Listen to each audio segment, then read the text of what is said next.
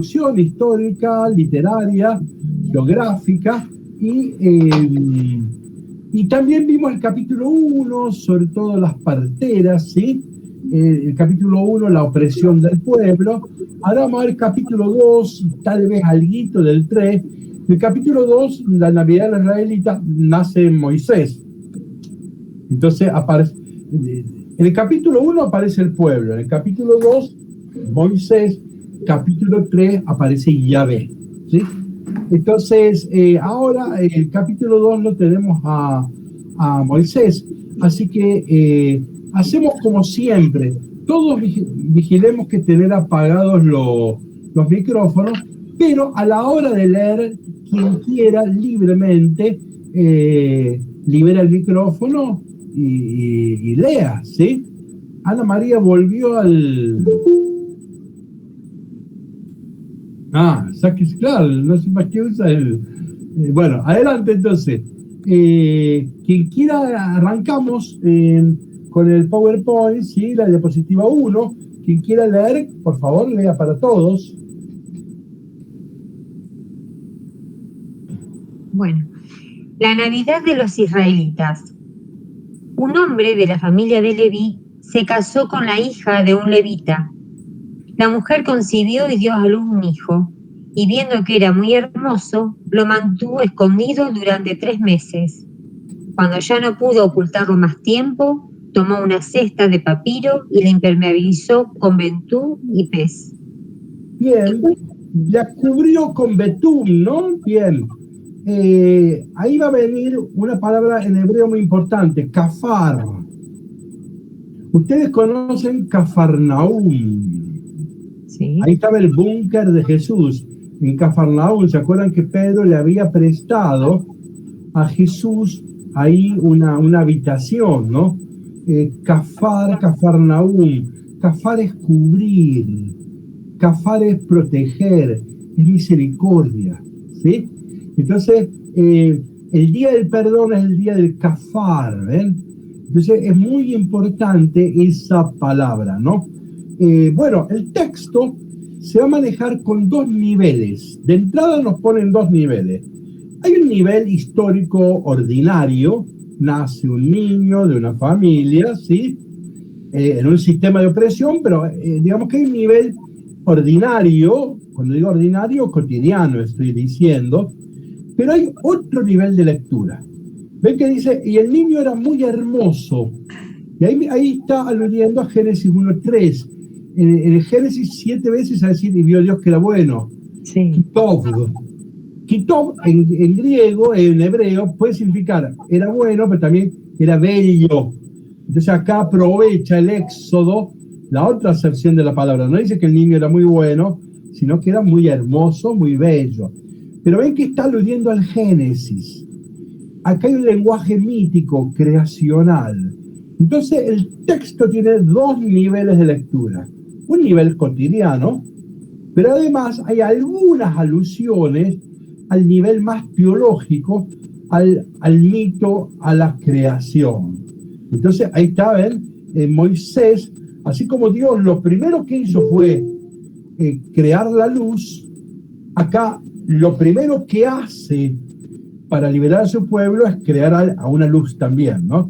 Y Moisés, en este pueblo que está en tinieblas, va a ser como el día de la creación en el Génesis, ¿no? Entonces, Dios hace la luz para crear, es el primer elemento que hace para crear, y Dios en la liberación de su pueblo hace a este niño, que es la gran luz de un pueblo que está en tinieblas. El otro tema que hay una alusión mítica, teológica, es la de la cesta, de Génesis 6, es Noé, ¿sí? Embadurnada con betún, etcétera.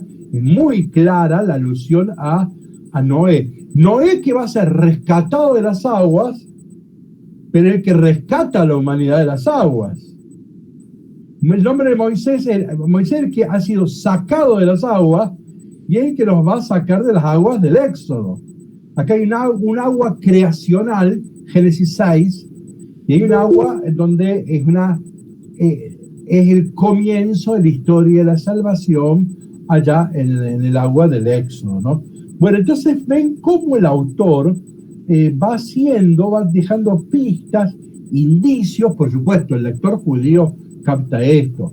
Quien no es judío, estas cosas no las entiende, no está familiarizado con el texto para hacer estas relaciones, ¿no? En el caso nuestro tenemos que hacer un curso para descubrir estas relaciones. Pero el lector judío rápido relacionaba, ¿no? Entonces, ¿qué pasa? La palabra cesta y embadurnada con betún sale 2 veces en la Biblia. Y una más en Primera de Pedro, cuando habla del bautismo y remite a Noé. O sea, sale 3 veces en la Biblia. Por lo tanto, al lector judío, estos juegos de relaciones le son normales, le son familiares, ¿sí? A nosotros no. Entonces, ven, hay un nivel teológico, mítico, creacional. Es un relato que está creando un pueblo nuevo. Así como Dios ha creado una humanidad nueva en el diluvio, acá se va a crear un pueblo nuevo. Bueno, entonces, este registro de doble lectura hay que tenerlo siempre presente. Siempre que se lee la Biblia está en este doble registro, ¿no? ¿Sí? Pero bueno, acá lo señalamos. El otro detalle importante es que Moisés es un hebreo. Dijimos que hebreo, ibrich, significa sucio, polvoriento, desclasado. La palabra más clara sería un desclasado. ¿Qué veían los judíos? Los egipcios. Los egipcios veían que del desierto venían tipos con barbijo, con velo, porque venían resguardándose del viento, del sol, del desierto. Veían gente sucia, gente desclasada, pobres. Otro nombre que se va a usar es Javirú. Eran los Javirú. Javirú o Ibris eran los pobres. Pobres en el sentido de gente muy desclasada, ¿no? Entonces, fíjense que Dios, para entrar en la historia, va a entrar a través de los hebreos. No a través de egipcios, no a través de Grecia. No eligió a los asirios, no eligió a los babilonios. ¿Ya?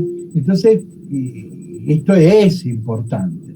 Pero además, dentro de los hebreos, el gran líder van a ser dentro de la familia de Leví. Nosotros tenemos una imagen positiva de Leví, y está bien que la mantengamos, pero ignoramos que hay una imagen muy negativa de los levitas. En el libro del Génesis, cuando se va a morir el viejo Jacob, bendice a los 12 hijos, a las 12 tribus. Dentro de las bendiciones, algunas son maldiciones. Por ejemplo, a Leví. Leví es la tribu maldita. ¿Sí? ¿Por qué? Porque asesinó a Siquem, el que violó a Dina. No puedo contar toda la historia. Y al viejo Jacob lo puso en una situación muy difícil. Entonces Jacob maldijo a Leví. O sea que miren ahora. Entonces Moisés no solo viene de abajo, Ibrich, sino que viene de la parte maldita de Israel. Por supuesto que después la tribu Leví va a ser reivindicada, etcétera, ¿no? Pero los levitas van a ser una familia cultual, no son propiamente sacerdotes, pero sí es la gente que se va a dedicar al culto, ¿sí? Bueno, entonces Moisés viene de abajo, ¿eh? Y con diversas señales. Viene de abajo, es pobre, pero también hay una mirada teológica, ¿sí? La mirada creacional, ¿no? Tenemos estas dos miradas. ¿Alguien que quiera continuar con la lectura, por favor? No,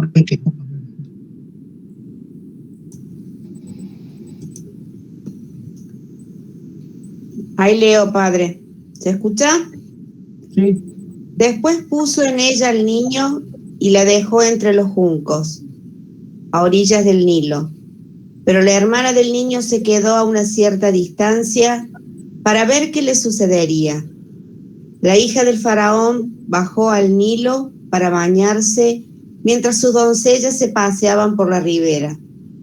Al ver la cesta en medio de los juncos, mandó a su esclava que fuera a recogerla. Si volvemos a la diapositiva anterior, a la primera, ven que dice, lo mantuvo escondido durante 3 meses. No es que se desentendieron. Moisés no es un chico abandonado. Cuidado, lo está buscando el faraón. O sea que, ¿verdad? Esto es una represión estatal, ¿no? O sea, legal. Entonces era peligrosísimo. Y el faraón había dicho, arrojen, como las partes no podían matar, arrojen los chicos al río. Entonces, esta mujer lo mantuvo mientras pudo. 3 meses, ya cuando se dio acorralada, pero tampoco tira al niño, sino que, volvamos a la diapositiva que acabamos de leer, dice, puso en ella al niño en la cesta. Ven que no lo arroja, sino que hay una delicadeza. Y ahora está la estrategia familiar. Acá hay una estrategia familiar, seguramente pergeniada por la mamá, pero con la clave participación de la hermana mayor de Moisés, que es Miriam, ¿no? Entonces, Moisés es el más joven, el tercero. Primero está Miriam, después Aarón y después Moisés. Entonces, y la puso entre los juncos. Yo ahí les advierto, el mar de los juncos es lo que en general en la Biblia hablamos el cruce del Mar Rojo. No es exactamente lo mismo, pero no nos interesa ahora en este detalle.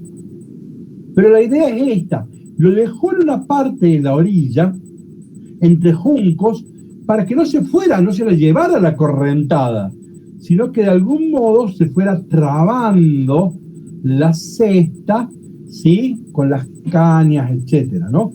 Entonces, y la hermana se quedó a cierta distancia y está viendo qué sucede con el niño, ¿no?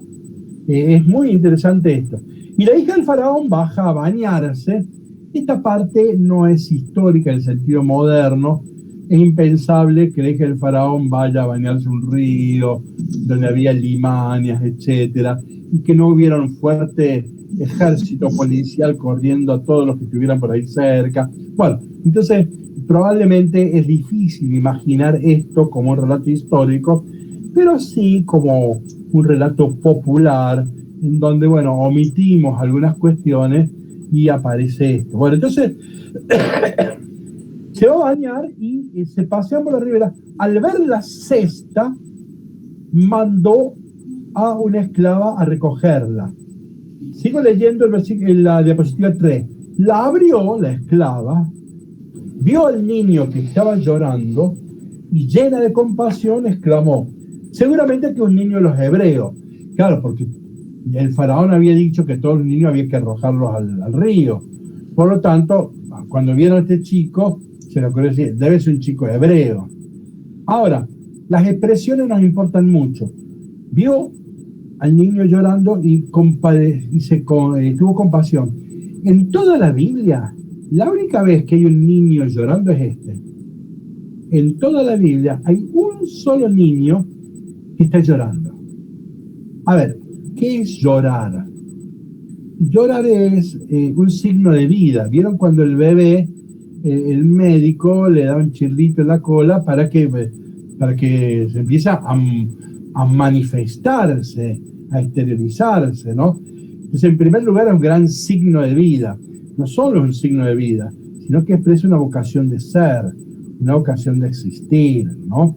Entonces, acá hay un niño, una impotencia, pero que tiene vitalidad y que quiere vivir, que está gritando que quiero vivir, ¿no? Entonces, es muy, muy impactante la escena, ¿no?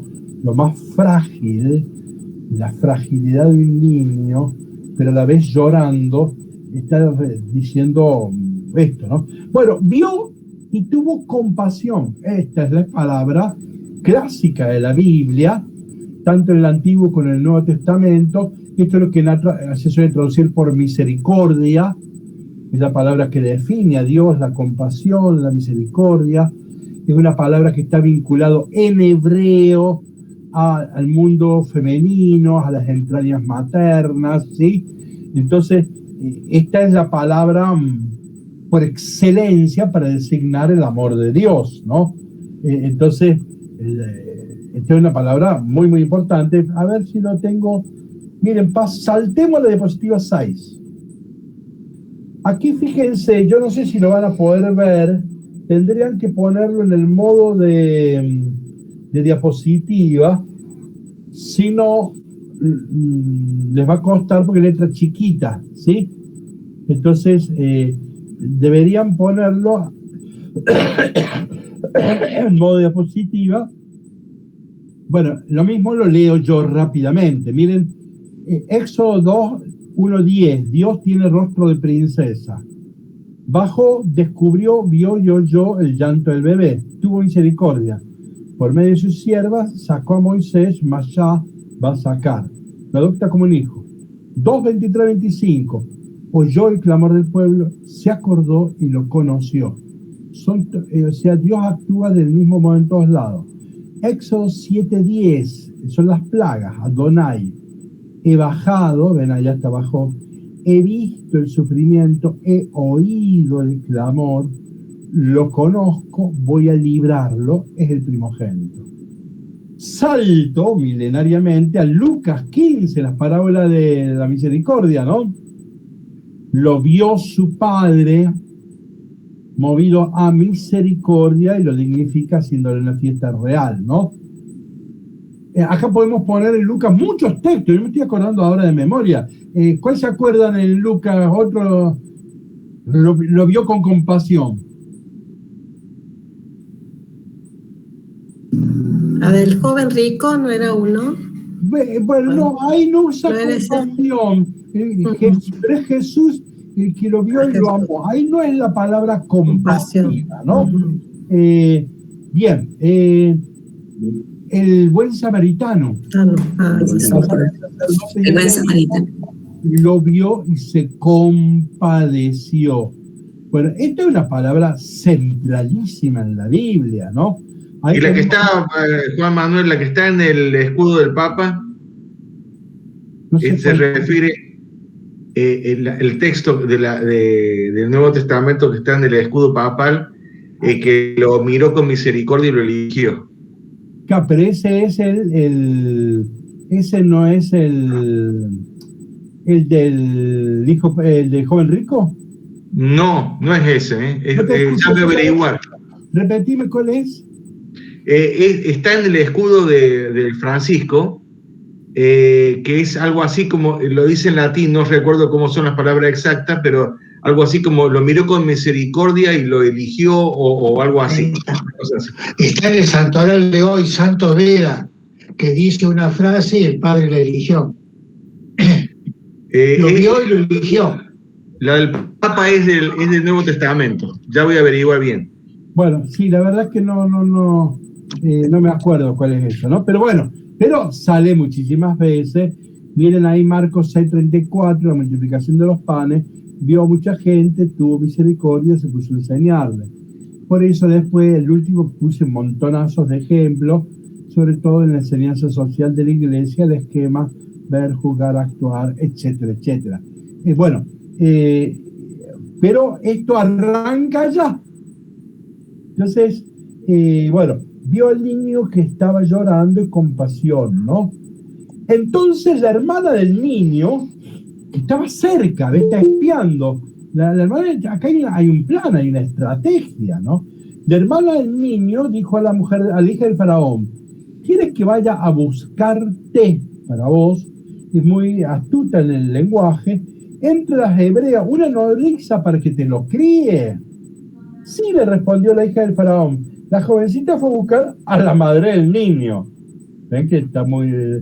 Entonces, no es un niño abandonado Moisés, ¿sí? Y la hija del faraón le dijo, llévate a este niño y críamelo. Yo te lo voy a retribuir. Lograron que el Estado le pague la educación al pibe, ¿no? Ahí, la ironía del texto bíblico, ¿no? La mujer lo tomó consigo y lo crió. Y cuando el niño creció, lo entregó a la hija del faraón, que lo trató como un hijo, y le puso el nombre de Moisés. Recuerden que en el mundo antiguo ya poner el nombre es el acto de filiación, ¿no? Es el acto jurídico de que este es mi hijo, ¿no?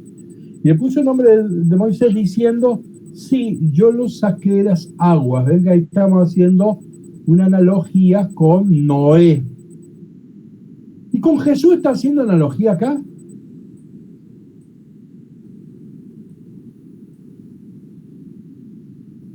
Mateo capítulo 1.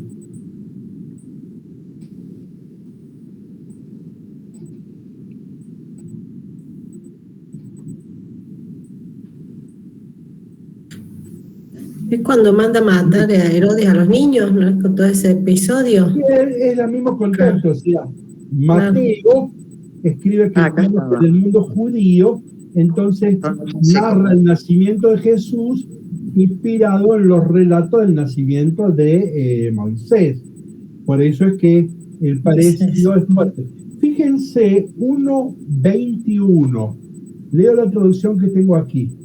Dará a luz un hijo, cuando el ángel le va a hablar a José en sueños, ¿sí?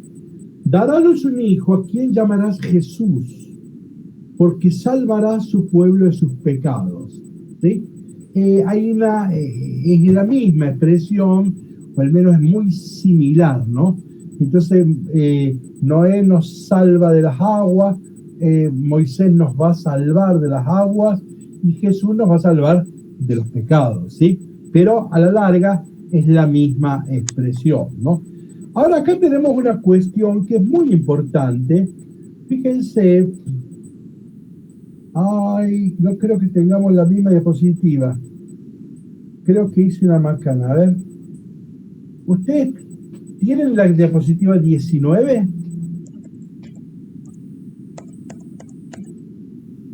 ¿Qué dice? Violencia y madurez humana. No, entonces esperen, ténganme paciencia un segundo, porque he mezclado varias versiones, porque un segundo para ponerme a la par de la de ustedes. Qué macana. Esta versión la hice ayer y me confundí.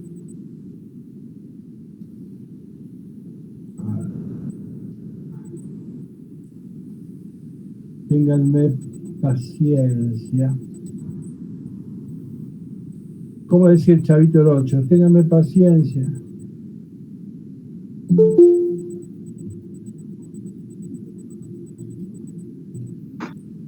Mientras tanto les cuento lo que encontré del escudo del Papa. Sí. La frase es miserando atque eligendo, que dice que es del... Lo eligió con misericordia. De Mateo, claro, de Mateo 9 al 13, que es cuando elige a Mateo. Correcto, muy bien, sí. Ahí no está subrayado la compasión. Es el género literario vocacional. Siempre que va a llamar a alguien, vio a Simón y a Andrés y los llamó. Vio a Juan y a Santiago y los llamó. Vio a Zaqueo, ven, acá está más vinculado a otro esquema, es un esquema vocacional, ¿sí? En cambio, en este caso es más lo compasivo, un niño llorando, ¿no? Pero bueno, ahora sí, diapositiva 7, ¿qué tienen? Un cuadro de cronología. Bien, ahora sí, entonces, fíjense, porque acá tenemos un problema. Moisés. ¿Qué número, perdón, padre, qué número? Diapositiva 17. Gracias. Acá tenemos un problema. 7, no 17. 7 a secas. 7, sí. 7. Acá tenemos un problema. ¿Moisés es judío o es egipcio? Fíjense en los nombres de los faraones, que son todos nombres teóforos, que llevan el nombre de Dios. Fíjense, en el primero no. En el segundo sí. El segundo nombre, miren, Amose. El tercero no. El cuarto, Camosis. el otro, Amosis. Salto 1, el otro, Tutmosis, y el último, Tutmosis. O sea, son nombres egipcios del faraón. O sea que la hija del faraón lo va a llevar a su casa, le va a poner el nombre y le puso un nombre egipcio y lo va a formar. Se dice, y parece que es así, que los imperios solían hacer esta estrategia. Formaban algún esclavo para que después fuera como una especie de el embajador o la patronal del imperio respecto a los esclavos. No era raro que formaran a un hebreo, en este caso sería Moisés. Juan Manuel. Sí. Juan Manuel, perdón. Sí. Moisés, si bien puede ser hebreo, pero él recibió una educación faraónica de Egipto. Claro. Él recibió faraónica, y eso sale en el Antiguo Testamento. Sí, no me acuerdo qué versículo, no me acuerdo de eso. Bueno, es que pero sale... Sí, Edgardo, lo acabamos de leer, que dice, estoy en la diapositiva 5, el versículo 10. Y cuando el niño creció, lo entregó a la hija del faraón, que lo trató como a un hijo y le puso el nombre de Moisés. Entonces, la formación, diríamos, académica va a ser egipcia. La formación catequística no, que lo ha criado la mamá. Y seguro que la mamá le enseñó, qué sé yo, los 7 sacramentos, los 5, ¿cómo se llama? Bueno, esas cositas le enseñó la mamá. Entonces, al menos eso. Entonces, acá tenemos un Moisés, por un lado judío, pero por otro lado egipcio. Esto hay que recordarlo. Vamos a ver que reaparece este problema, ¿no?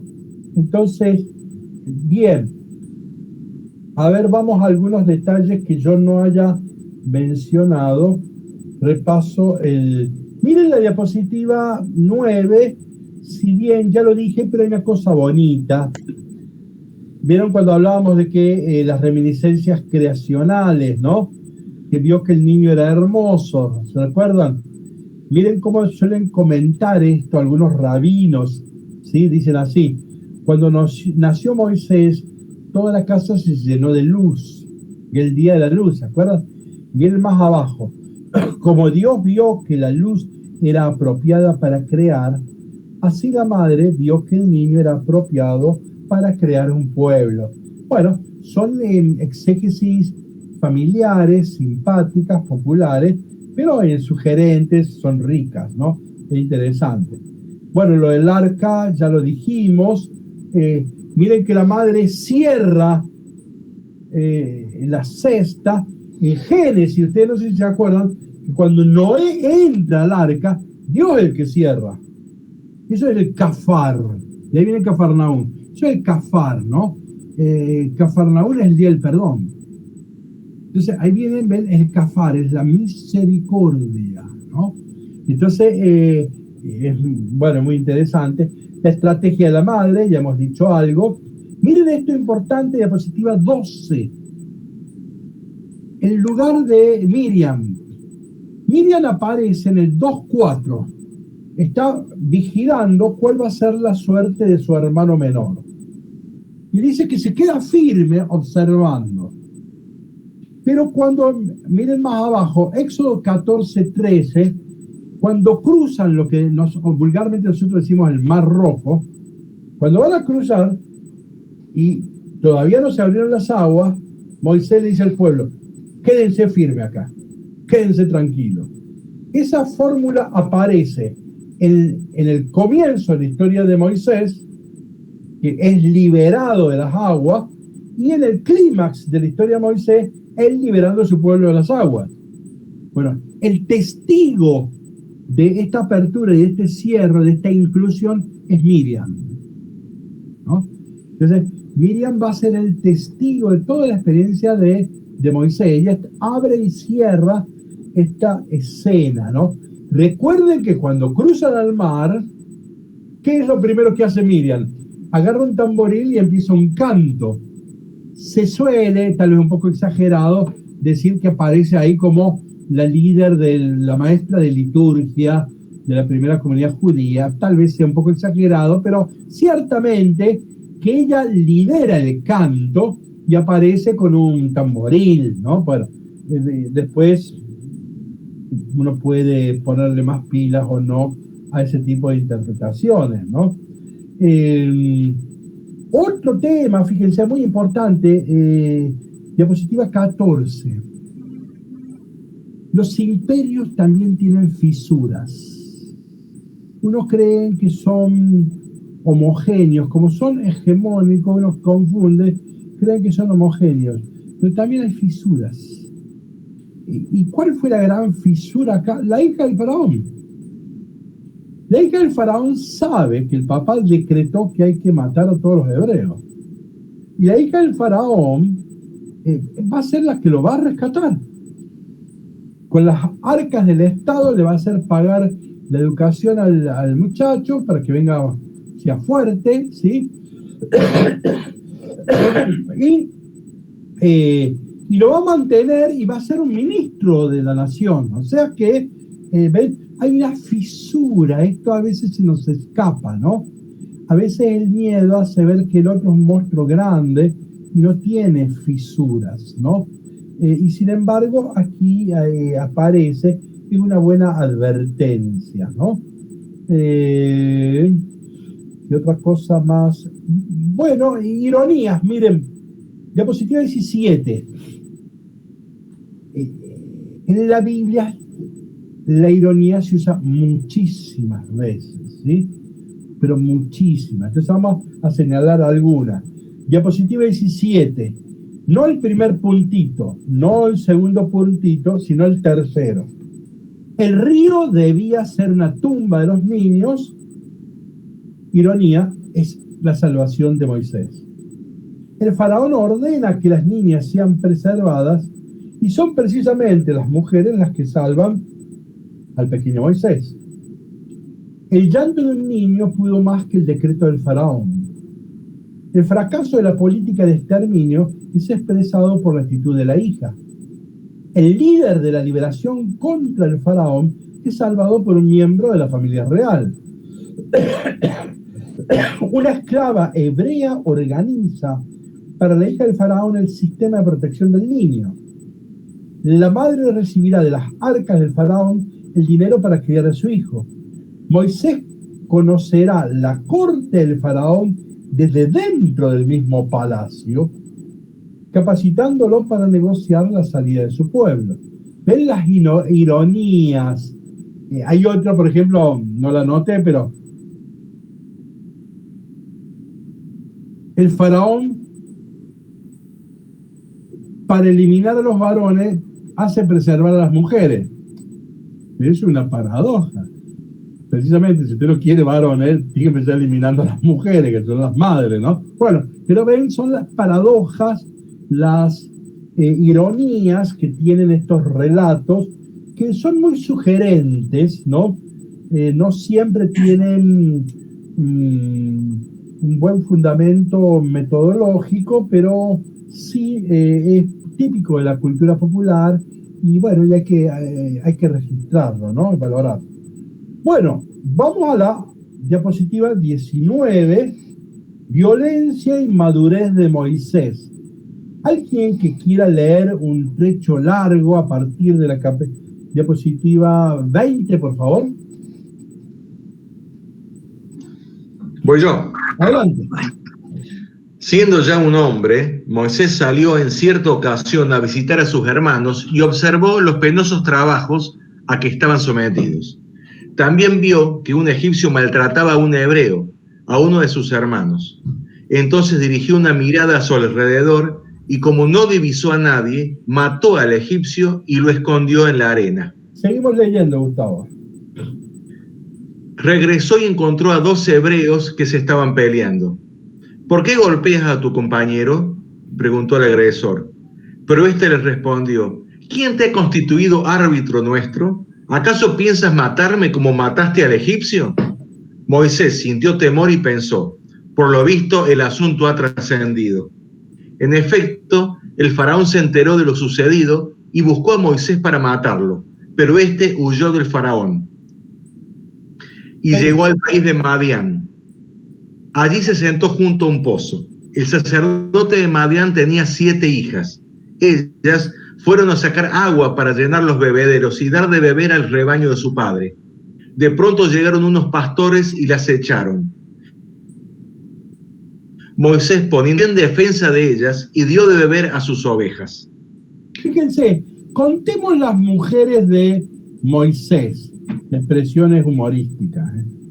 Fíjense, tenemos las 2 parteras, 2. Miriam, 3. La mamá, 4. La hija del faraón, 5. Y 7 hijas de Jetro, 12. Estas son las 12 hijas de Israel, ¿no? El número es simbólico, por eso ahí puso 7. No es una cosa, nos quiere llamar la atención, ¿no? Entonces, es una revolución de mujeres el Éxodo. ¿Sí? Es una revolución de mujeres, no hay revolución de mujeres. Esta es la revolución de mujeres. Hago un paréntesis. El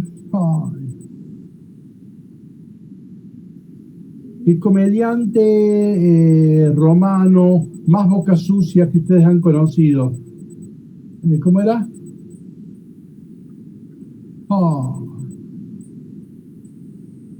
¿What? ¿Del cine? No, el comediante romano allá, siglo II, siglo III. ¡Ay, el más boca sucia que a ustedes se le ha ocurrido en la vida! El Pinti del siglo I. ¿Recuerdan a Pinti? Sí, sí. Bueno, que Pinti va a una obra de una hora, los primeros 20 minutos son todas puteadas. Tiene un significado que algún día lo podríamos charlar. Bueno, entonces, los romanos, no me va a salir, pues. Bueno, lo que quiero contar es esto. Este era un gran crítico al poder, ¿no? Entonces, un gran crítico al poder, y a ver si lo estás googleando, algo de las mujeres. ¿Plauto? No, Plauto no. Tiene famoso por algo de la guerra de las mujeres, la rebelión de las mujeres.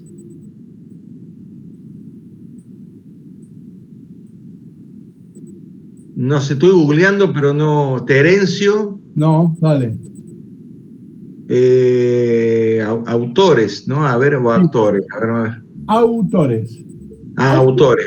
Aunque en el mundo antiguo el autor muchas veces era actor. Claro. Bueno, no importa, pero quiero contar esto, una pavada, no tiene nada que ver, estamos perdiendo tiempo lo que voy a decir ahora. En la guerra, ¿quiénes mueren? Los padres, los esposos, los novios, los hijos.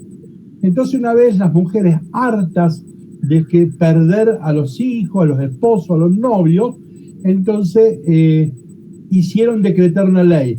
Ellas no se iban a acostar nunca más con su marido si no suspendían las guerras, ¿no? Bueno, ahí hubo una rebelión de mujeres, bueno, una obra de teatro famosa. Bueno, disculpen, es una distracción. Volvamos a lo nuestro. Acá son 12 mujeres, es una rebelión de mujeres, una revolución de mujeres, donde no hay muertes. Por esto lo estoy destacando yo, ¿no? Bien, fíjense ahora el mapita. Miren dónde está Madián, allá abajo a la derecha. Arriba a la izquierda está Gosén. En Gosén era donde estaban todos los judíos. ¿Sí? Entonces, Moisés a los 40 años, algo así como un ministro del faraón, va a visitar a su pueblo, a Gosén, y va a ver cómo están. Y ahí ven cómo están maltratando a un egipcio que está maltratando a un hebreo. La palabra que usa para decir que lo está maltratando, golpeando, es una palabra que en realidad significa asesinar. No es que le está dando una paliza, lo está matando a golpes, ¿sí? De ahí la reacción inmediata de Moisés de defender a su... Y sale en defensa y mata al egipcio, ¿sí? Bueno, cuando lo mata, al otro día están peleándose dos hebreos. Quiere intervenir Moisés, separarlos, y uno le dice, me vas a matar como lo hiciste ayer. Y dice, ¿acaso quieres ser árbitro? Recuerden la traducción que yo puse, no sé si ya leímos eso, o no lo leímos. Sí, ¿no? Pues entonces dice, ¿quieres árbitro? O sea, lo que importa acá es el tema de la justicia, ¿no? Más allá de que si Moisés fue violento o no violento, aquí, en realidad Moisés tiene vocación de árbitro. Árbitro es el que tiene más vocación de justicia, ¿no? Entonces, bueno, y huye a Madián. Esto es muy importante. Los madianitas son descendientes de Abraham. ¿Se acuerdan que Moisés se casó con otra mujer, Ketura, y tuvo muchos hijos y pueblos? Ahí nacen los madianitas. Cuando vimos Génesis 25, que se cumplen las profecías, que habían muchos hijos que eran pueblos, ahí, capítulo 25 de Génesis, aparecen los madianitas, que eran comerciantes, entonces, pero de algún modo tenían culto a Yahvé. Antes que el propio Israel, ya tenían el culto a Yahvé. No sé si me estoy adelantando. Sigamos leyendo un poco más, creo que me estoy adelantando. Bueno, entonces va a Madián, no va a un lugar tan extranjero. Es lejos, pero está más o menos vinculado culturalmente. Sigamos leyendo, por favor. Cuando llegaron al lugar donde estaba Reuel, su padre, este les preguntó, ¿por qué hoy han vuelto tan pronto? Un hombre, un egipcio, le explicaron ellas, nos libró de los pastores, nos sacó agua y hasta dio de beber el rebaño. ¿Dónde está ese hombre?, preguntó él a sus hijas. ¿Por qué lo dejaron allí? Invítenlo a comer. Moisés accedió a quedarse en casa de aquel hombre y éste le dio como esposa a su hija Zipora. Ella tuvo un hijo y Moisés lo llamó Gersón porque dijo, fue un emigrante en tierra extranjera. Otra vez aparece Moisés con esta vocación de justicia, de ser árbitro. Allá defendió a un hebreo que estaba siendo asesinado por un capataz egipcio. Acá está defendiendo a unas mujeres, vinieron unos tipos y las estaban molestando. Entonces, lo que le está interesando al autor es el perfil de árbitro y de justicia. Acá el autor no se fija en lo violento de su accionar, cuanto en su vocación de justicia. Miren que las mujeres lo ven como egipcio. Si habla como egipcio, si viste como egipcio, evidentemente. Entonces miren, tal vez no sabía hablar bien. ¿Por qué va a ser rechazado cuando Dios lo mande a que hable al pueblo y los dirigentes no lo van a querer recibir? ¿Por qué? Porque habla como egipcio. No habla muy bien el hebreo. Voy a hacer un chiste. Tómenlo como un chiste. Estamos en La Matanza, ¿lo tienen? En el sindicato de la UOM. Y viene un empresario de un yanqui a querer convencernos de que dejemos tal cosa, bla, bla. Y nosotros nos damos cuenta que ni habla bien el castellano. ¿Viste? Habla como los yanquis, me expreso, bueno, es un chiste. Esto le pasaba a los dirigentes de Israel. Aparece un tipo vestido de egipcio, habla como egipcio, probablemente piensa como egipcio, se llama Moisés. Entonces, esto de que Moisés no sabía hablar, vieron que dice manda otro, qué sé yo, y sí, probablemente no hablaba con fluidez, ¿me expreso? Entonces, probablemente hablaba bien el castellano, pero no se daba cuenta que era un europeo, ¿no? Pero Moisés era tartamudo. o era tartamudo o es esto que te estoy diciendo.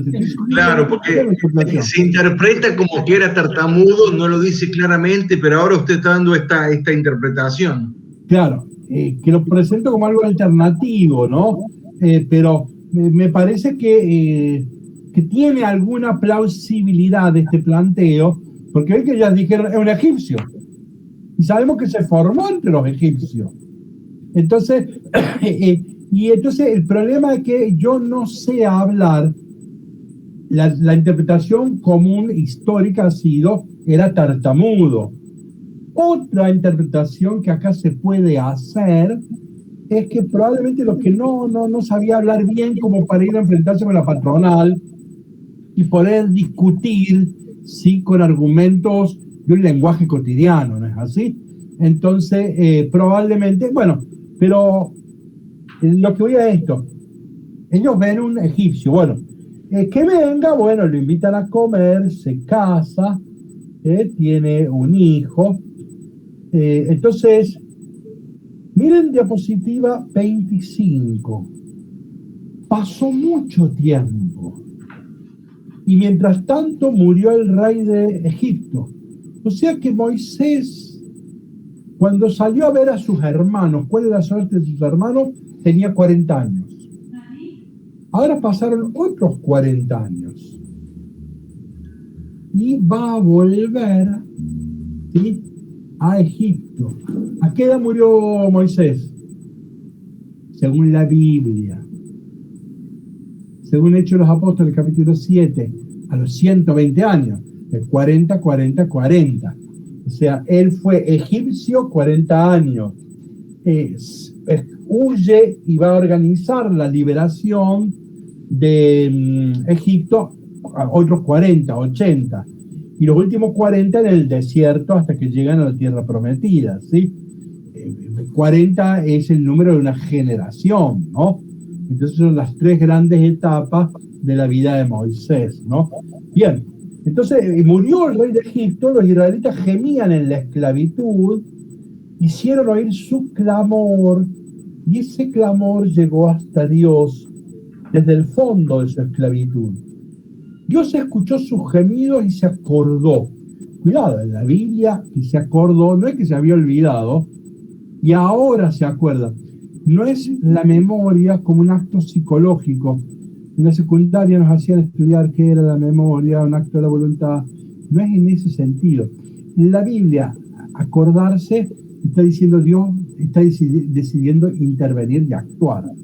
Dios se acordó de su pueblo, ha decidido actuar, ¿no? Dios se acordó de Noé, es una expresión que sale miles de veces en la Biblia. Entonces Dios se acordó de su pueblo. En griego es sicarión, sicar. Sicarión es memoria, es memorial, algo que me recuerda que debo actuar. La foto de la mamá, ¿sí? Entonces, es un memorial. En la misa nosotros, no es que asesinamos a Cristo, lo sacrificamos todos los domingos en misa. Así, antes los grupos protestantes se burlaban de nosotros, porque decían, ustedes lo asesinan todos los domingos a Cristo, el sacrificio. En realidad hay que decir que, no, hagan esto en memoria, es el memorial, es el sicarión, es la anamnesis cristiana, ¿no? Entonces nosotros vamos a obrar en memoria de Jesús, ¿sí? Que es muy distinto a decir, antes me había olvidado, ahora me acuerdo. Entonces no es un acto de la psicología, de la voluntad, sino que es un memorial, ¿sí? Que me recuerda que debo ser como mi papá. Y por eso tengo una foto de mi papá siempre ahí, en ese sentido. Entonces se acordó Dios de su pueblo, o sea, está decidiendo, escucha y va a actuar. Entonces dirigió su mirada hacia los israelitas, lo tuvo en cuenta. Ven que lo vio, se compadeció, lo oyó, lo escuchó. ¿Ven? Aquello que hizo la esclava con el niño, aquello que Dios va a hacer siempre con su pueblo, aparecen estas expresiones muchas veces. Bueno, ese es el texto. Vamos a algún detalle que no hayamos dicho. Me quiero demorar un minuto. Vamos a la diapositiva 28. Vamos a distinguir el asesinato de Caín mata a Abel del asesinato de Moisés. Me parece que es importante para comprender cómo se lee la Biblia. Por eso me detengo un minuto. Fíjense, el texto del Génesis es mítico. ¿Qué quiere decir? Es atemporal y en referencia a alguna experiencia universal. Le interesa el origen del fratricidio, ¿no? Caín mata a su hermano Abel. El texto del Éxodo es un texto legendario. ¿Qué quiere decir legendario? Es un gerundio como Amanda, por eso yo empecé haciendo el chiste de Amanda. Amanda es un gerundio, en latín significa la que debe ser amada. Agenda es un gerundio, lo que debe hacerse. Memoranda es un gerundio, lo que debe recordarse. Leyenda es lo que debe leerse en los ritos, en la sinagoga. La leyenda, nosotros cuando dicen te voy a contar una leyenda, nosotros rápido decimos es una ficción, ¿sí? No, en la Biblia no puede haber ficciones, pero la leyenda es lo que debe leerse en el culto. O sea que estamos ante un texto legendario que era importante que se leyera. ¿Por qué? Porque acá se busca delinear el perfil de justicia de Moisés. Paso a otra diapositiva, observen la diferencia. En el caso de Caín, el asesinato es rechazado y el asesino es humillado y llamado al arrepentimiento al reconocer que ahora ha quedado fuera de la presencia de Dios. Caín mató a Abel y nunca la Biblia elogió el asesinato de Caín. En cambio, en el caso de Moisés, no hay arrepentimiento ni conciencia de estar apartado de Dios. El narrador no presenta el asesinato como una distorsión de la voluntad de Dios, ¿no? Pasa en la otra diapositiva. Acá la violencia es instrumental a un acto de solidaridad y de defensa. No debe olvidarse que el capataz egipcio está asesinando. El verbo lo puse ahí, no me quise detener, pero el verbo lo puse para que es importante. Miren, diapositiva 28, bien, pastor. Diapositiva 28, ¿ven? Un egipcio está golpeando a un hebreo. El verbo nakaj significa golpear y significa matar. Los golpes del egipcio tenían como resultado final la muerte del hebreo. Esto explica la reacción espontánea, comillas, violenta de Moisés. Entonces, lo que vamos a esto, la Biblia no lo presenta porque sea un acto violento. Sí puede ser como una inmadurez de Moisés, sí, alguien que se ha criado en un clima violento, entonces los egipcios están todos los días azotando esclavos, entonces todo eso sí, pero a la Biblia le interesa el perfil de alguien que tiene vocación por la justicia. Eso es lo que más le interesa a la Biblia, ¿no? Huye a Madián. Fíjense, ahí se casa. ¿Por qué vuelve a Madián? ¿Por qué va a Madián? ¿Qué encuentra ahí? Se encuentra con sus tradiciones más antiguas. Allí hay un sacerdote. La Biblia a veces lo llama Jetro y otras veces lo llama Reuel. Es el mismo personaje, ¿sí? No entramos en detalle. Entonces, es un sacerdote, es un hombre religioso que da culto a Yahvé. Acá se va a encontrar Moisés con Yahvé por primera vez. O sea, su experiencia religiosa se va a dar en Madián. Y en Madián que encuentra una familia. Jetro o Reuel no es un padre macho, es un padre persona. Es lo que hoy se suele llamar como una nueva masculinidad. El varón no es más varón cuando es más macho, el varón es más varón cuando es más persona. Entonces, acá se encuentra, no hay hombres violentos en Madián. No está el templo de Egipto, no hay lujos, nada de esas cosas.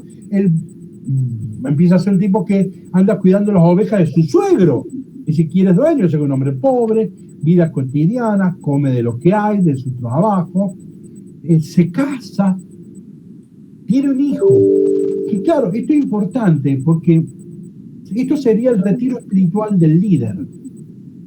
Hay que capacitarlo al líder. Hay que habilitarlo. Entonces, si no se casa, si no tiene hijos, o sea, si no tiene experiencia de fraternidad, no puede ser líder. Entonces acá, el lugar de la madurez humana del líder. El líder debe madurar humanamente para ser líder, ¿no?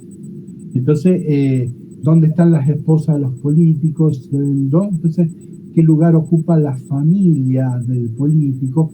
Bueno, todos esos defectos que nosotros los vemos hoy en día son los que acá entonces, es el retiro espiritual de Moisés. En la primera parte, un retiro más que espiritual de madurez humana.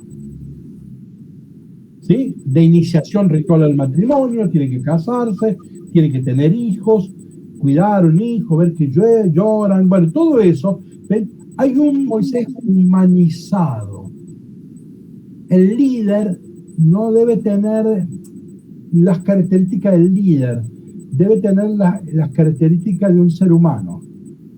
El verdadero líder es el que ha asumido la madurez humana, sabe dialogar, sabe coordinar, sabe comprender, ¿sí? Bueno, entonces, por eso hay una humanización de Moisés. Moisés ha sido criado a las cachetadas, desde siempre anduvo el faraón persiguiéndolo. Entre hermanos allá se querían pelear. O sea, él se ha criado en un mundo de violencia, en donde el hombre es macho. Acá con Raúl encuentra otro modo de lo humano. Bueno, entonces, pero además acá se va a dar lo más importante, que es y el encuentro con Yahvé. Entonces, no solo ha hecho un curso de madurez humana, sino que va a hacer acá Madián su retiro espiritual. Acá viene el primer gran encuentro con Yahvé Dios, ¿no? Si saltamos a la diapositiva 44, vamos a entrar, no del todo, pero vamos a entrar ya al capítulo 3. El capítulo 1 habla del pueblo de Dios oprimido. Capítulo 2, el nacimiento del líder, Moisés. Capítulo 3, aparece recién, miren qué tardío en el relato, ¿no? Aparece Yahvé, el gran protagonista, ¿no? Es muy, muy importante, por eso se ha reservado para presentarlo, ¿no? Porque el gran protagonista del Éxodo es Yahvé, no es Moisés el que liberó a su pueblo. Vamos a ver qué es Yahvé. Moisés puso muchas excusas, dice que no sabe ni hablar, qué sé yo. Moisés puso muchas excusas, los dirigentes también. Fíjense, me adelanto, busquemos Éxodo 6:9. Es uno de los textos que más me gustó siempre de la Biblia. Y si alguien tiene la Biblia Jerusalén, me gustaría que lo lea según la versión de la Biblia Jerusalén. De jovencito, la primera Biblia que yo me compré, yo con mi platita, yo no laburaba, plata de mis papás, pero plata que usé mía, o sea que yo podría haber comprado un helado. Yo me compré una Biblia de Jerusalén. Yo tenía 16, 17 años. Y empecé por el libro de los Hechos de los Apóstoles, pero me gustaba mucho el Antiguo Testamento. Yo fui a un colegio donde se enseñaba bastante Biblia, entonces estaba familiarizado. Y me acuerdo que compro una Biblia en el centro, en Córdoba, no me acuerdo, donde están las librerías, que era la mejor versión de la Biblia de Jerusalén. Ustedes saben que cada vez van saliendo peor la Biblia de Jerusalén. Entonces, esta era la del 62, que era la mejor versión. Entonces, después yo me enteré que, y yo abro Éxodo 6:9, alguien que lo lea. Si tiene Biblia de Jerusalén. Acá tengo dos, si quiere. Dale. Moisés habló así a los israelitas. pero ellos, abrumados por la dura servidumbre, no le hicieron caso. Suficiente. ¿Ven? Es un texto de sociología, ¿no? Como decía, ¿cómo se llama? ¿Esclavitud? ¿Cómo es, Gustavo? Repetímelo. ¿El texto? Sí, abrumado. Moisés habló así a los israelitas, pero ellos, abrumados por la dura servidumbre, no le hicieron caso. Bien, hay todo un curso de sociología, ¿no? En el capítulo 1 tenemos la opresión, la cachetada. Pero, ¿qué pasa? No podemos tener 1500 torturadores. Entonces, ¿cuál es el objetivo de la opresión? Que el oprimido introyecte al opresor. Y eso se llama abrumado por la dura servidumbre. Y ahora no necesito tener tantos capellanes de, ¿cómo se llama? Muchas cárceles, porque ha introyectado al opresor. ¿Está? El objetivo de la opresión no es multiplicar ejércitos para paliar a la gente. El objetivo de la opresión es que introyecten al opresor y que solitos se muevan como esclavos. No quieran ser libres, porque Dios lo mandó a Moisés para que se liberen. Y cuando les dijo, che, tienen que ser libres, y dice el texto de modo brillante, abrumados por la dura servidumbre, no le hicieron caso. A lo que iba era esto: Moisés no quiere liberar a su pueblo, los dirigentes no quieren liberar a su pueblo, el pueblo no se quiere liberar, el único que quiere liberar a su pueblo es Yahvé. Es el protagonista de esta historia, es Yahvé. A veces uno hace algunas interpretaciones que no son falsas, pero bueno, Moisés liberó a su pueblo, bueno, está bien, da la impresión de que es una gesta popular, bien, entonces, bueno, el pueblo es el motor de la liberación de los pueblos. Hemos repetido algunas consignas, algunas épocas, y las hemos aplicado al Éxodo. Pero el libro del Éxodo, precisamente, el tema del libro del Éxodo es la gracia. Y por eso el verdadero liberador es Yahvé. Bueno, pero vamos entonces al capítulo 3, o sea, vamos a la diapositiva 45. ¿Sí? Ya se hace la hora, pero por lo menos, bueno, arranquemos, vamos a ver 2 diapositivas. Por favor, quien quiera leer la diapositiva 45. Yo, padre. Adelante, Juan. Moisés pastoreaba el ganado más allá del desierto y llegó al monte de Dios, Horeb, y vio que la zarza estaba ardiendo en el fuego, pero la zarza no se quemaba. Y dijo Moisés, iré y veré esta gran visión. ¿Por qué no se quema la zarza? Lo llamó Dios en medio de la zarza diciendo, Moisés, Moisés. Y dijo, no te acerques, quita tus sandalias de tus pies porque el lugar donde estás parado es tierra sagrada. Y dijo, yo soy el Dios de tu padre, el Dios de Abraham, el Dios de Isaac y el Dios de Jacob. Y cubrió Moisés su rostro porque temió mirar a Dios. No es que como mi tía Agustina, que era fiera y nadie la podía mirar, no. Es que en la Biblia a Dios no se lo puede ver. Y hay una fórmula que dice, ver a Dios es morir. ¿Por qué? Porque Dios es trascendente. Está por encima de nuestros 5 sentidos. Visualizar, fíjense, visualizar es delimitar. Delimitar en latín se dice definir, poner fines, delimitar. Entonces, visualizar es delimitar, es definir, es capturar y manipular. Por eso, como Dios quiere ser libre, es trascendente. No se lo puede capturar, no se lo puede definir. En la Biblia no hay definición de Dios, ¿no?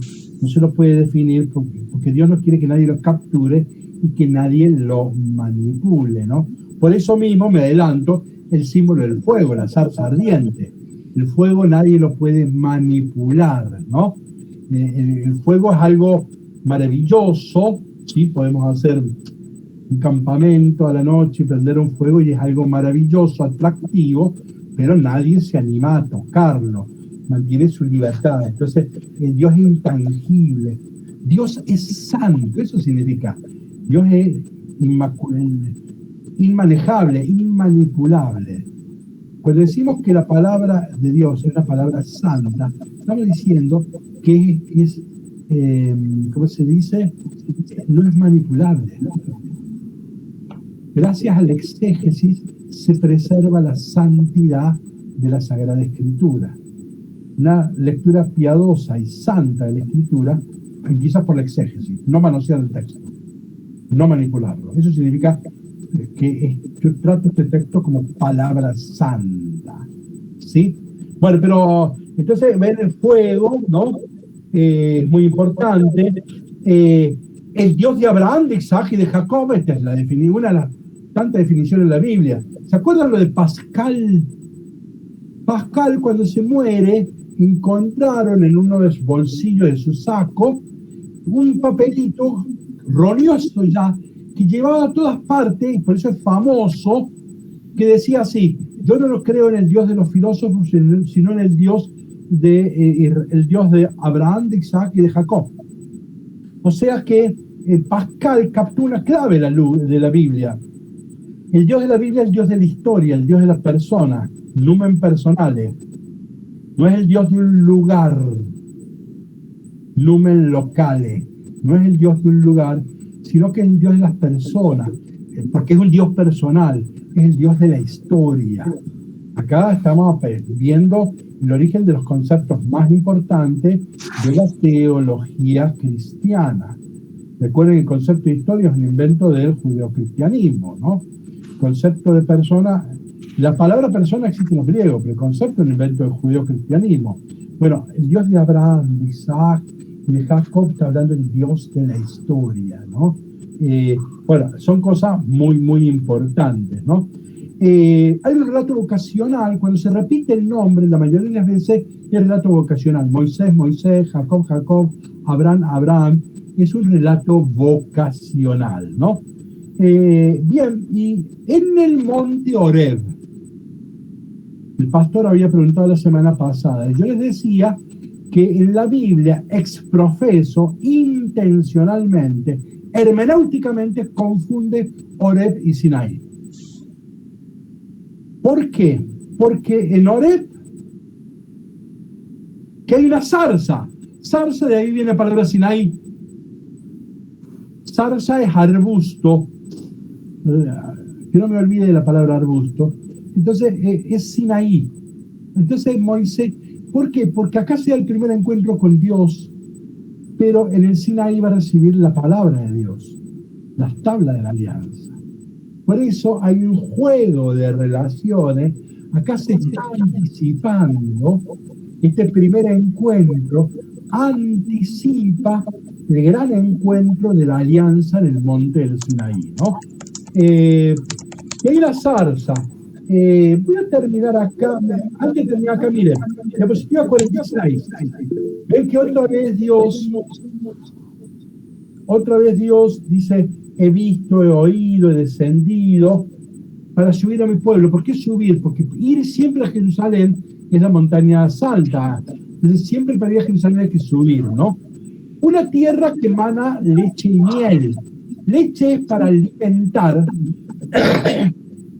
pero miel es ternura. Entonces el símbolo es bueno, la tierra prometida es una tierra donde nos vamos a poder alimentar, vamos a poder vivir, pero también es el ámbito de la ternura, ¿no? ¿Se recuerdan que en la Primera Guerra Mundial una enfermera descubrió que a los chicos que no tenían padre, a los bebés en la guerra, no solo había que darles leche, alimentarlos, sino que había que abrazarlos? Esa era la leche, ¿no? Entonces de ahí viene la interpretación de leche y miel.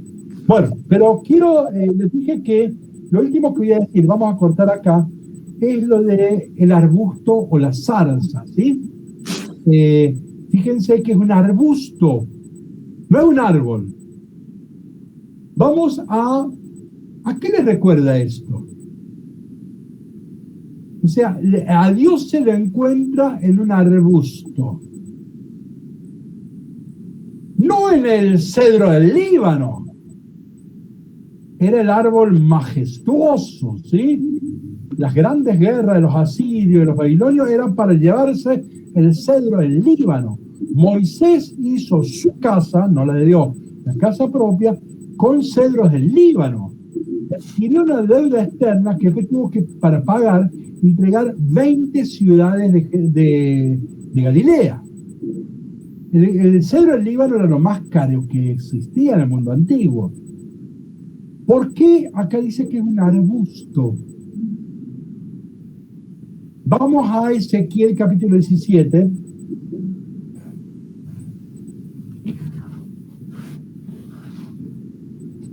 Versículo 22.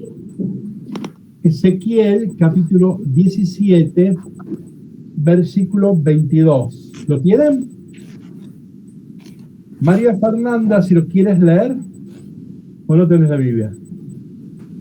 Dale. Ahí lo leo, pues tenía el que le prendió también. Versículo 22.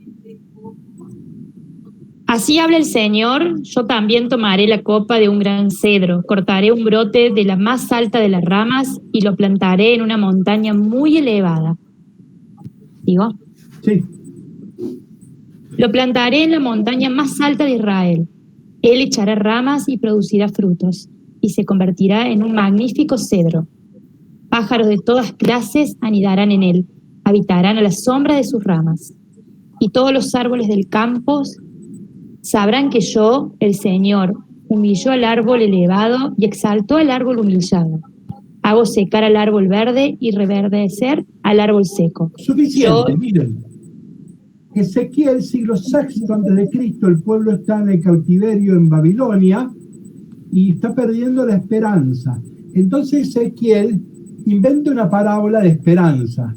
Entonces dice, yo voy a tomar del alto cedro, algo majestuoso, un gajo, y lo voy a llevar a la montaña de Sión, de Israel, una montaña alta, y allí el cedro va a dar muchas ramas que va a poder cobijar a todos los pájaros del cielo. ¿Eso les suena a algo? ¿Les remite a algo? ¿A la Torre de Babel? No. No está mal, pero no. Hay una referencia directa. Al paraíso, a la... No. Pastor, te veo muy callado. Bueno, semillas de vamos. Buenas tardes. Las relaciones con la zarza. Me parece. Pero ahora estoy haciendo otra. ¿Quién dijo la semilla de mostaza? María Elena, padre. Bien, vamos a Marcos capítulo 4.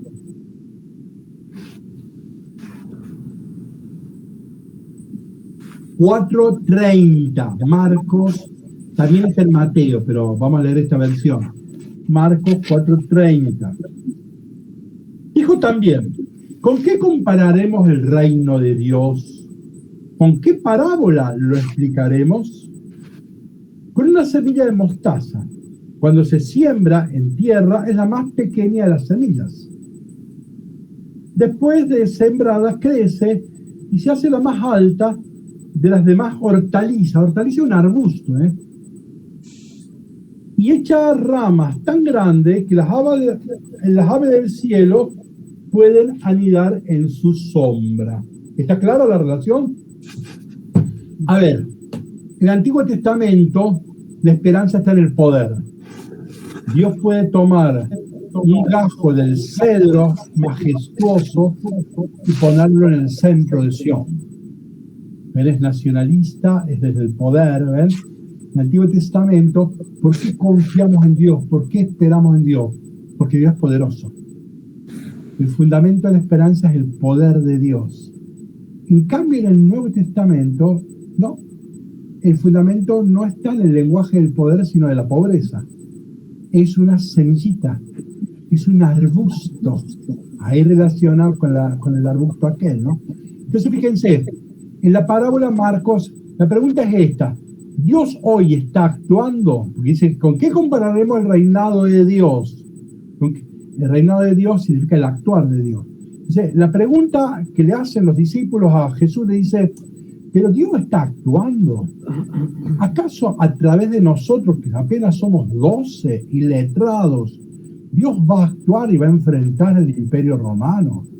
Es que Dios, ¿cómo es que actúa? Yo no lo veo, no me doy cuenta, no veo ningún cedro del Líbano. Entonces que acá que cambia la lógica, es la lógica de los pequeños, la esperanza de los pequeños. Recuerden que Suetonio, historiador romano, Suetonio no. Plinio el Viejo, no el joven del tiempo del Apocalipsis. Plinio el Viejo es contemporáneo de Jesús. Plinio el Viejo escribe un libro de botánica y dice que nadie quiere un granito de mostaza. ¿Por qué nadie quiere? Porque se convierte en plaga. Por eso nadie quiere. O sea, la mostaza es algo despreciable. O sea, ¿en dónde actúa Dios hoy? En los despreciados, en los marginales. Esa es la lógica del Evangelio. Eso es mirar con fe. Creer que los empresarios pueden salvar el país, y ahí no hace falta fe. Un empresario tiene muchísima guita y lo puede. Entonces no hace falta tener fe para creer que los empresarios el día de mañana podrían salvar la nación. Ahora, que la negrada, que los pobres, eso sea en el futuro de nuestra nación, ahí hace falta tener fe.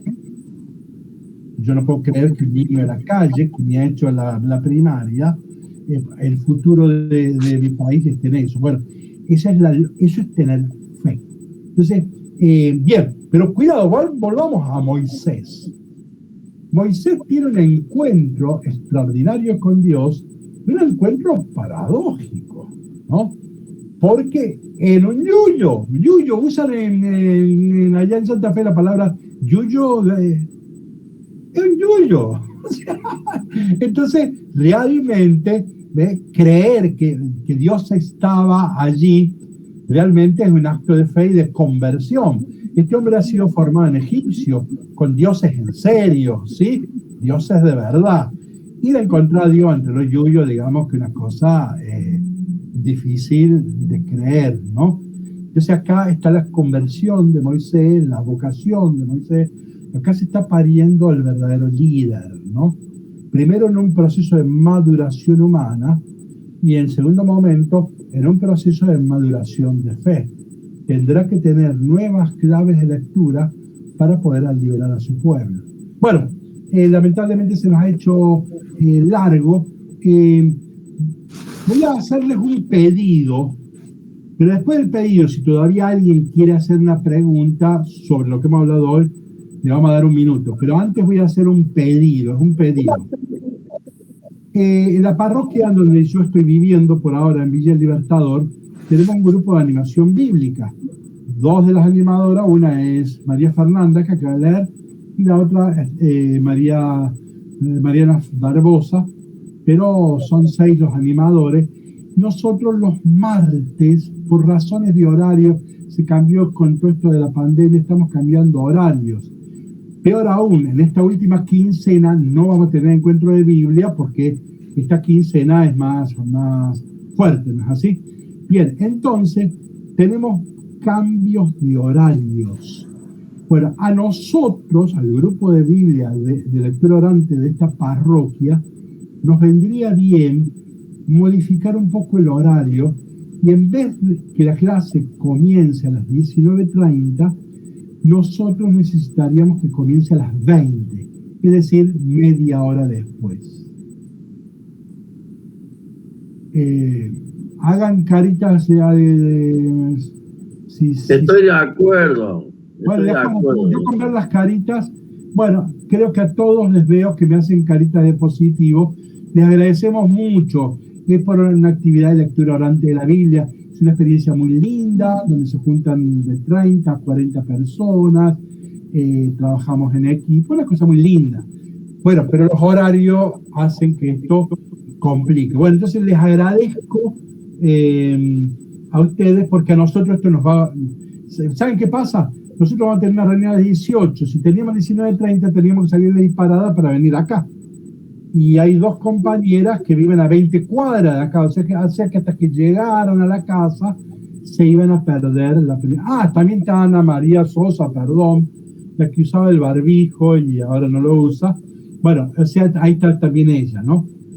Perdona que no te mencioné. Bueno, último minuto, ¿alguna reflexión personal, sugerencia, aporte en lo que hemos dicho, apreciación? Pregunta tengo. Adelante. Pregunta. ¿Ya el martes que vienes a las 8? Sí. O podemos, nosotros no necesitamos que sea tan urgente, pero para que no nos confundamos, ya comencemos el martes que viene, ¿sí? O sea que nosotros no nos urge, nosotros vamos a retomar en junio, porque ahora la cuarentena es estricta. Pero bueno, para que no haya confusión si este martes, el otro, digamos que este martes arrancamos, ¿sí? Perfecto. Por supuesto, yo como ustedes saben que siempre mando el mail. ¿Sí? Bien, Gustavo, tenías un aporte. Sí. Yo una vez había leído que Madián era hace poco, charlando con mi mujer, me comentaba, me quedó un concepto como que Madián era una especie de Suiza del Medio Oriente de la época, donde iban los que, digamos, escapaban por ahí, era una zona neutral, ¿no? Eso quería confirmarlo y al mismo tiempo una pregunta o un pedido que repita por qué, usted dijo que no entendí bien esa parte, que los madianitas querían en Yahvé antes que los judíos. Bien. La segunda es más simple, porque el texto bíblico dice que ellos ya creían, Jetro era el sacerdote de Yahvé. El texto bíblico en otro lugar lo va a decir. Jetro era el sacerdote de Yahvé. Y ahí es donde se encuentra con Yahvé Moisés, siendo empleado de Jetro, está llevando las ovejitas. Ahí se encuentra por primera vez. O sea que Moisés en la Biblia se encuentra por primera vez con Yahvé en Madián. O sea que allí ya había culto a Yahvé, ¿sí? Bien. La otra sí, yo les decía que Génesis 25 se dice que Madián es uno de los hijos de Keturá, la segunda esposa de Moisés, y ahí en Génesis se dice que eran comerciantes, ¿sí? Entonces eran comerciantes, no sé si como Suiza, pero parece que ahí había sí alguna posibilidad económica, porque eran comerciantes. A la Biblia el aspecto comerciante está en segundo lugar. En primer lugar es que es la experiencia de fraternidad que tiene Moisés, ¿no? Entonces Moisés se va con un grupo de hippies, se encuentra con un grupo de hippies y ahí va a encontrarse, ahí tiene experiencia de fraternidad, ¿no? A la Biblia el acento está ahí. Madián va a aparecer más adelante, que no me meto, ¿sí? Y después va a aparecer en Mateo, etcétera, ¿no? Pero por ahora en eso. Última pregunta, observación, planteo, aporte. Juan Manuel, Edgardo. Sí. Escúchame, con respecto a lo que vos dijiste, que la cachetadita que se le hace al recién nacido, al bebé, yo creo, está bien lo que decís vos, está perfecto, pero yo estuve meditando en estos últimos tiempos sobre esa bienvenida, y fíjate vos lo que dice el Padre Nuestro, que al Padre Nuestro nosotros decimos, y sálvanos de todo lo del mal, amén. Sí. ¿A dónde está el mal? En la tierra está el mal. Entonces, esa bienvenida es una perfecta bienvenida del mal científico, racional, occidental de la tierra. Eso es la cachetadita también. ¿Entendés? Que tendría que transformarse los científicos racionales occidentales, tienen que todavía andar mucho trecho para descubrir otro método más suave, más tranqui, más pacífico para darle la vida, sale del vientre de la madre, que está chocho, para entrar a un mundo totalmente bélico. Eso quería decirte, nada más. No, perfecto. Yo hubiera vinculado ahí el bautismo. El bautismo, fíjense, es importante porque probablemente la mamá, sin darse cuenta, en algún momento rechazó al hijo por diversas razones. Entonces, ¿qué es la celebración del bautismo? Es una contracorriente a un posible rechazo que pudiera haber tenido el bebé. No sería extraño que en alguna circunstancia alguna mamá rechazara, está embarazada, pues una mala noticia para alguna persona, ¿sí? Entonces, bueno, el bautismo está como es la celebración. Qué bueno que viniste. En el bautismo al pibe tal le decimos, qué bueno que viniste. Esa contracorriente, por eso se celebra, se hace un asado, se hace fiesta, se baila, porque es una contracorriente a un problema que probablemente la cosa no venía del todo bien. Pero bueno, adelante, bueno, bien. Yo les recuerdo que yo mencioné que las parteras, un poco exageradamente, podían representar la ciencia. Las parteras tenían un saber. Recuerden eso. Yo les decía que la oposición, universidad y Estado, están ahí en las parteras. El rol de la universidad es ser un espacio de estudio, un espacio de libertad intelectual. Probablemente las parteras están simbolizando eso, a la universidad, versus al poder que tiene el poder de la fuerza, ¿no? Bueno, muy bien, entonces, si la Virgen quiere, entonces el martes que viene mandaré convenientemente el PowerPoint, ya vamos a terminar con el capítulo 3 y arrancar el 4 y lo que podamos, ¿no? Y otra vez les agradezco muchísimo el apoyo de darnos un tiempo para que podamos después hacer nuestra tarea mejor. Bueno, buen fin de semana, cariños a todos, nos veremos si Dios y la Virgen quiere la semana que viene. Chao, chao. Chao a todos. Chao. Chao, Juan Manuel. Chao a todos.